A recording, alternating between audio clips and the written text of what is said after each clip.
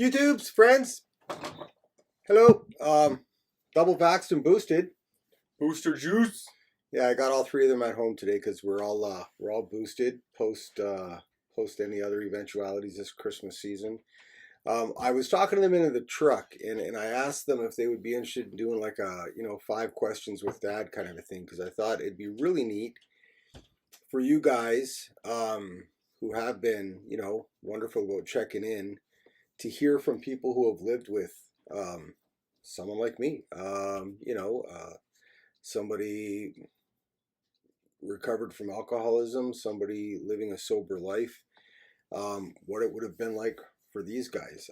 He's the sobriety baby. So in all truth, that guy right there, Joe, he kicked over the last beer I ever drank, and that moment was defining in that what it brought about was, again, the last drink of alcohol I ever had. Josh was just starting out back then, just breaking out of his rubber boots and into trainers. And the first year that I celebrated sobriety, Jack came into our life as the one gift that we were given. So without any further ado, adoption.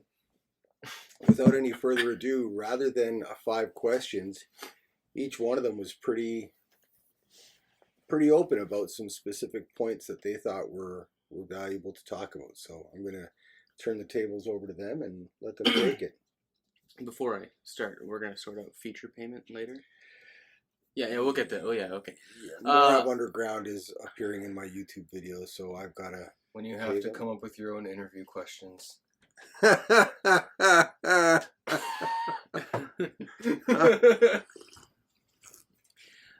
one of the things that I thought of right away was whenever the conversation comes up with me, at least, about you specifically, especially this year, coming up 25 years clean and sober, it's a lot of people are like, oh, so there's no booze in your booze in your home. No booze in the house. Yeah, like no booze in the house. That's not necessarily the point at all, There's lots. Well, not recommended for anybody just starting out, but probably more than the average. We've always been encouraged to, want to have a beer with dinner, or if like if you want to have a drink, have a drink. It's not necessarily weird to have a drink around you. Certainly, it was always my hope that my own choices would not affect you, and you'd be free to make your own decisions. If this was a bar, you'd be the head bartender. Yeah, actually, Yeah. I think it goes to say the fact that us growing up in your sobriety, like you were able to learn how to be sober before we were even really like of age to drink, right? So keeping a bottle of wine or something like, or some Crown in the house for Mom, but then when we become age to drink and we're buying our own, like obviously now there's a lot more to be around than there was, say, 20 years ago, right? Certainly. Like, so it goes to say, like you've also had the time to really define your sobriety, if that makes sense. Yeah, no, that's well before introducing larger amounts of alcohol to be around. Yeah. Right. It's kind of like you've been able to grow as we've been able to learn how to drink safely, right? One of the things that you told me early on, and well, I think all of us, but like I remember having this conversation with you, that I usually say to people when this conversation comes up is, you never wanted us to grow up with an irrational fear of it. True, yeah. And you didn't want it to be a weirdness that we had about it. Mm-hmm. So you were always very open about that. Mm-hmm. I did bartending, and I took bartending courses, and mixology was a big part of what I was doing when I was kind of on my own still, and I've been wonderfully blessed to be able to continue to do that for you guys. But sure, yeah, I think you make a good point. I was able to really define my own sobriety and my goals going forward before you guys actually started drinking. And to be fair, and I mean, thanks to you guys never really partied very much until you were of age, which is weird to say because you played a lot of bars, early on when you were first kind of cutting your teeth with the Morav Underground thing. Josh, Sean, and I were always of age. Fair. Fair. We didn't Fair. have to worry about us. Fair. It was the other two people that were hanging around with us and their girlfriends that we had to Fair. Yeah. finagle some things with. Even at that, I mean, any drinking that you did do, you've always been pretty rigid about saving that, for at home after the show. Not always after the show. That has come to bite you a couple of times. But why are you looking at me? We're looking at him. But sure. yeah, I mean, the drinking and the partying is kind of reserved for at home after the show kind of stuff. Yeah, because if we went to a party, then that would have to, require being around people without being paid. Cool. I mean, yeah, thanks for making that point. I think it's been I'm kidding. I love my friends.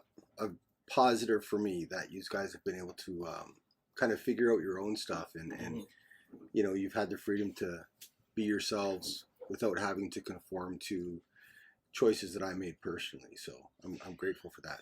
Next, you made a good point in the truck. Yes, I did. What was that? Yeah, Every point I make is a great point. That's the question. Yeah, I mean, fair. I fell on ice today, so I'm a little loopy. Loopy. Right. Go to the hospital. more than normal. More than normal. Growing up in such an open, no secrets environment, where compared to like friends' houses and stuff like that, where we'd go to, where things aren't necessarily like that. I realizing that our household and our family is very different from a lot of other household and families.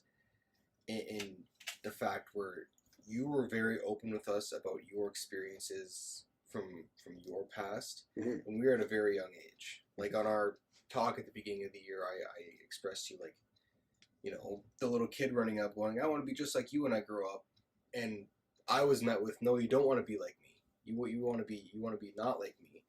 And then growing up always being told I'm exactly like my father, I'm like, do I want to be like him or do I not want to be like him? Like, well, which is it? It's like naming your dog Stay. Come here, Stay. Come here, Stay. Come here, Stay. So I've Wright kind of reference. had to figure out by myself on like what is it? And then after I talk, I realized that being like you is fantastic. It's not a bad thing. I just need to learn, and the point of all of that stuff, not being like you when I grew up, is that you're telling me all the mistakes and lessons that you've learned growing up, so that way I don't make those mistakes and I don't need to learn those lessons. So I mean, like, and that's fantastic. Like teaching us that when we're small is incredible, because now I've grown up going like, okay, like this is what my dad's gone through. Alcohol isn't a bad thing. Too much of a good thing can be a bad thing, and that's learning that at such a small age is a good thing. And all of the rest of your experiences and stuff has been really good for us growing up. Like, I think learning those weird, tough lessons at such a young age is a good thing. And I feel like even schools nowadays are doing that, teaching racism and the Canada's Indigenous past in like grade 2 and 3 has really helped kind of end a lot of that stuff. So Teaching equality. They're not teaching. Sorry, yes, teaching equality in younger grades is a good thing going forward, and I really feel like we've kind of had the head start on that with you being a dad. Thanks, man. I feel like the bigger point you're making is like the idea that here you've had that openness, the no secrets. One of the videos I put up earlier on in the week was the things that I learned, and you guys have heard this far too often, I'm sure, about Harry G. Frankfurt's No Bullshit, right? On Bullshit, on Truth. Two really important books for me. That said, though, I mean, that whole idea of you know, openness, truthfulness, no secrets. And that's kind of what you're seeing in the education system right now, where they're starting to open up the books to the past and say, like, let's look at what we've done, right? Because certainly alcohol isn't a bad thing. For me, it's not a good thing. You know, for me, it's proven to be a limitation that I have to accept about myself.